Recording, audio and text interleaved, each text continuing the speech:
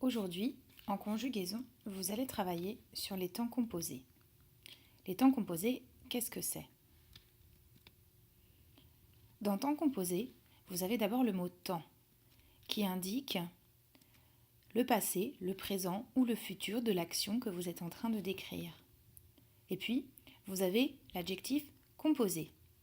Lui indique et concerne le groupe verbal et il signifie que ce groupe verbal sera composé de deux mots, constitué de deux mots et non pas d'un seul.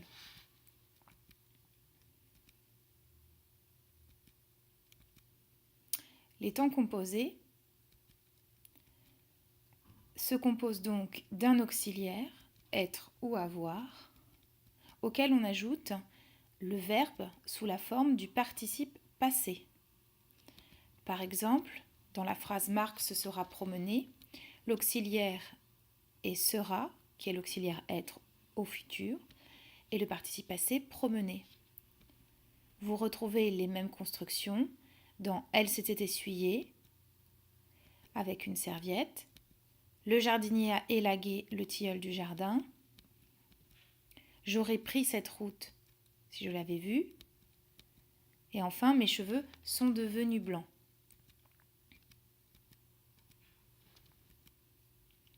Intéressons-nous au participe passé. Vous connaissez bien ce type de forme du verbe. Vous la connaissez parce que vous la voyez employée en général sous deux formes. La première, c'est avec une valeur verbale. Alors, le participe passé sert à former des verbes, comme par exemple dans « j'ai mangé ma pomme ». Ici, le verbe conjugué est le verbe « manger ». Mais vous pouvez aussi le trouver sous la forme d'une valeur adjectivale, c'est-à-dire qu'il sert à former des adjectifs.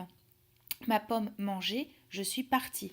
Ici, manger n'est pas utilisé comme verbe, mais comme adjectif. Alors, quels sont les différents temps composés possibles dans les différents modes? Tout d'abord, le mode indicatif peut trouver le passé composé, j'ai mangé ma pomme, je suis allée en ville, et dans ce cas, l'auxiliaire est conjugué au présent. Deuxième possibilité, le plus que parfait, j'avais mangé ma pomme, j'étais allée en ville, et dans ce cas, vous voyez que l'auxiliaire est conjugué à l'imparfait. Troisième possibilité, le passé antérieur, j'eus mangé ma pomme, je fus allée en ville, et dans ce cas, l'auxiliaire est conjugué au passé simple. Enfin, dernière possibilité pour l'indicatif de temps composé, le futur antérieur. J'aurais mangé ma pomme, je serais allé en ville. Et dans ce cas, l'auxiliaire est conjugué au futur.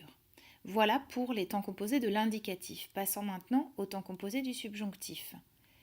Premier temps composé, le passé, subjonctif passé. Que j'ai mangé ma pomme, que je sois venu en ville.